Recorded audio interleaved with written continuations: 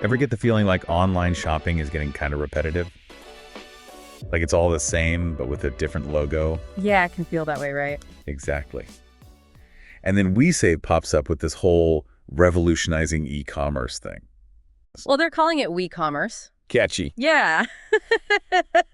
But it seems to have been about this idea of shifting away from the cutthroat competition and more toward a collaborative approach. They even use a term you don't often hear, which is a co-opetition, this idea that even competitors can find common ground and cooperate when it benefits them both. And to be honest, when I first saw online marketplace, I thought, okay, here we go again. But then you dig a little deeper. Yeah. They're trying to shake up this huge e-commerce market we're talking about, a $4.9 trillion industry, which is just mind-boggling.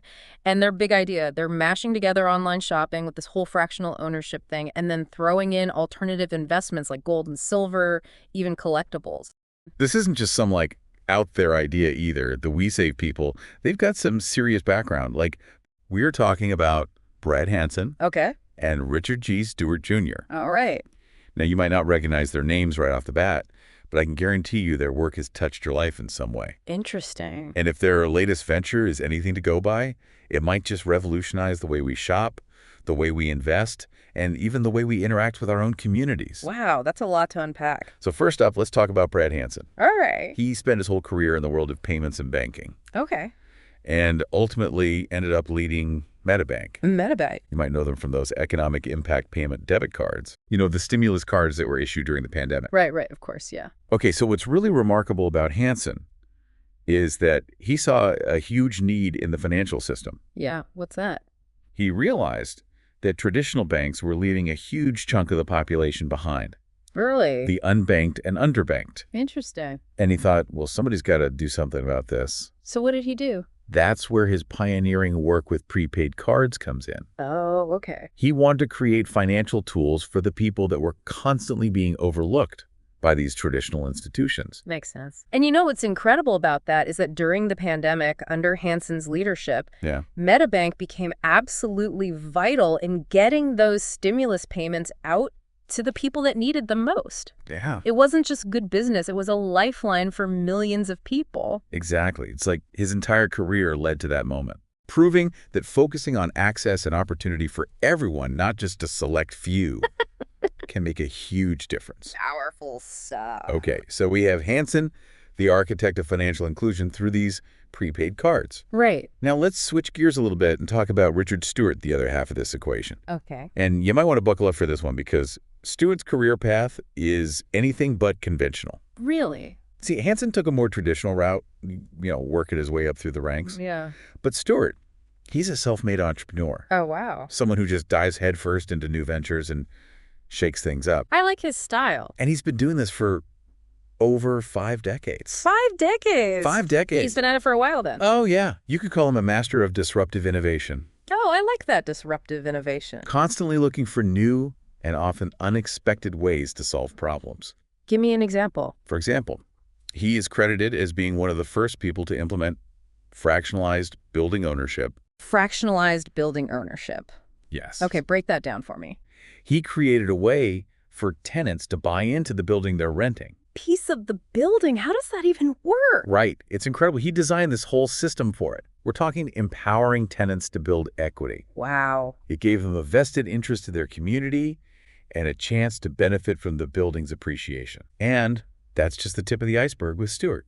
He took this fractional ownership concept and applied it to something even bigger. Stewart seems driven by this idea that everyone should have the opportunity to benefit, not just the privileged few. Absolutely. And this is where his work with the timeshare model comes in. Now, timeshares, that's something I think we've all at least heard of, Right?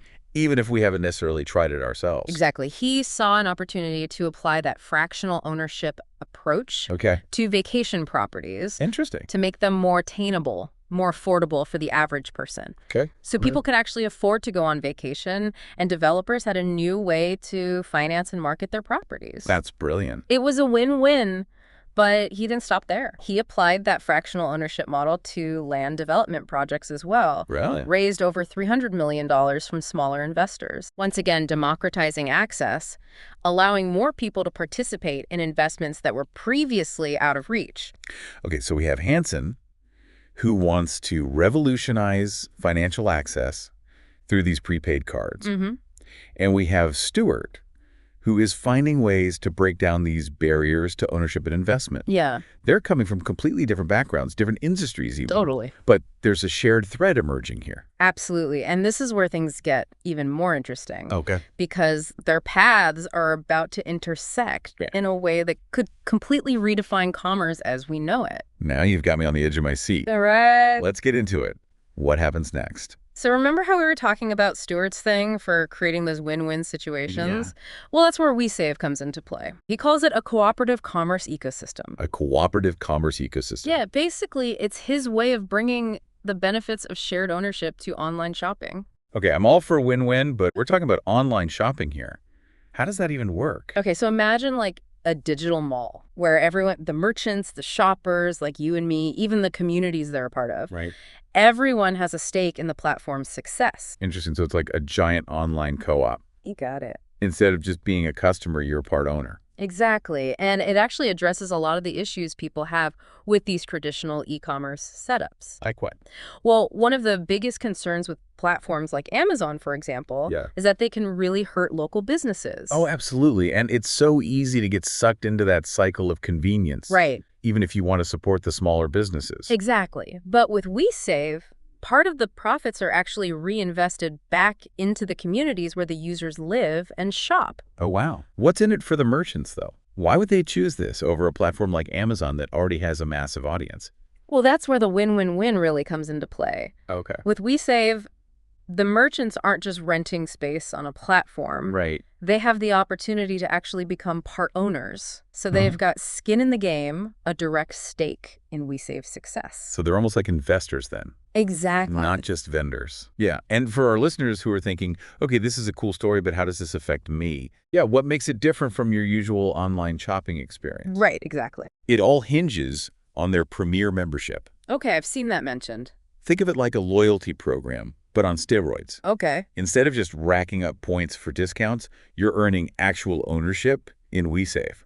We're talking shares of stock, a piece of the pie, just for being a part of it. Hold on, you're saying my online shopping addiction could actually lead to owning a part of the company? In a way, yes. Yeah. They call it equity rewards, basically turning customers into micro-investors. Okay, now that is fascinating. But these aren't like your grandma's loyalty points. WeSave has two systems going on at the same time, equity points and VIP points. Can you break those down for us? You bet. Let's start with those equity points because they're interesting. So WeSave is claiming that as you rack these points up, you're essentially like earning preferred stock in the whole company. And that could mean dividends somewhere down the line. It's like owning a teeny tiny piece of the pie. And as the pie gets bigger, so does your little slice. Gotcha. So that's the investing angle they're playing up. What about those VIP points? That sounds like where the whole collectible thing comes in, right? Bingo. You use those VIP points to like snag gold coins, maybe a rare stamp. So instead of just buying a new coffee maker, I'm on a quest for a first edition stamp. So I can buy like a vintage t-shirt and get a tiny piece of WeSave. Are we talking like fractions of a percent here or what? Well, it's not like you'll be buying a yacht off your WeSave stock overnight. Right. But it is a super intriguing concept, right? You're not just buying a product, you're buying into the company's potential. And if they pay out dividends... They're in line to get a cut just like any other shareholder. So are we all clearing our schedules and prepping for the WeSave IPO? Let's pump the brakes a little there. Remember, this isn't financial advice time? Of course, always got to look out for the listeners. Yeah. What's the next step for them? Yeah, they're hinting at, like, a much bigger thing they're building. They're saying they want to bring in all sorts of financial stuff later on, like make it so shopping, investing, even banking are all kind of the same thing. Okay, now that's what I'm talking about. How is WeSave planning on funding this vision of theirs? Because building a whole new kind of online marketplace can't be cheap, right? You're definitely right about that. Building any kind of tech platform, especially one this ambitious, requires some serious capital. And WeSave is aiming to raise a cool $100 million. Whoa, $100 million. Okay, how do they plan to raise that kind of money? I mean, that's not exactly chump change. No, it's not. It shows they're thinking big, and to raise that kind of capital, they're taking a multi-pronged approach. I'm seeing references to Regulation D, Regulation CF, and Regulation A plus offerings. And that makes sense, especially when you're talking about a company trying to disrupt an entire industry. But what if they pull it off? What if they actually manage to thread that needle and create a successful, sustainable model? Then things get really interesting. Because we're not just talking about a new online shopping platform then, are we? Not at all. This could have ripple effects far beyond that. Imagine a world where equity rewards, fractional ownership, it all becomes commonplace. It's like they're creating a whole new economy within the existing one. Exactly. And that raises a whole new set of questions about power, about wealth distribution, about the role technology plays in our lives. It's a lot. It is. And it's something we should all be thinking about. Because the future of commerce might look a lot different than we expect. And WeSave's journey could be a preview of what's to come. So, listeners, this is where we hand the investigation over to you. This deep dive, it's really just the beginning. We've given you the treasure map. We've pointed you in the right direction. Now it's your turn to explore. That's right. Head over to www.investwesave.com and see what you can find. Well, we'll be watching for sure. That's it for this deep dive into the wild world of WeSave. Thanks for joining us. Until next time, keep exploring, and we'll see you on the next deep dive.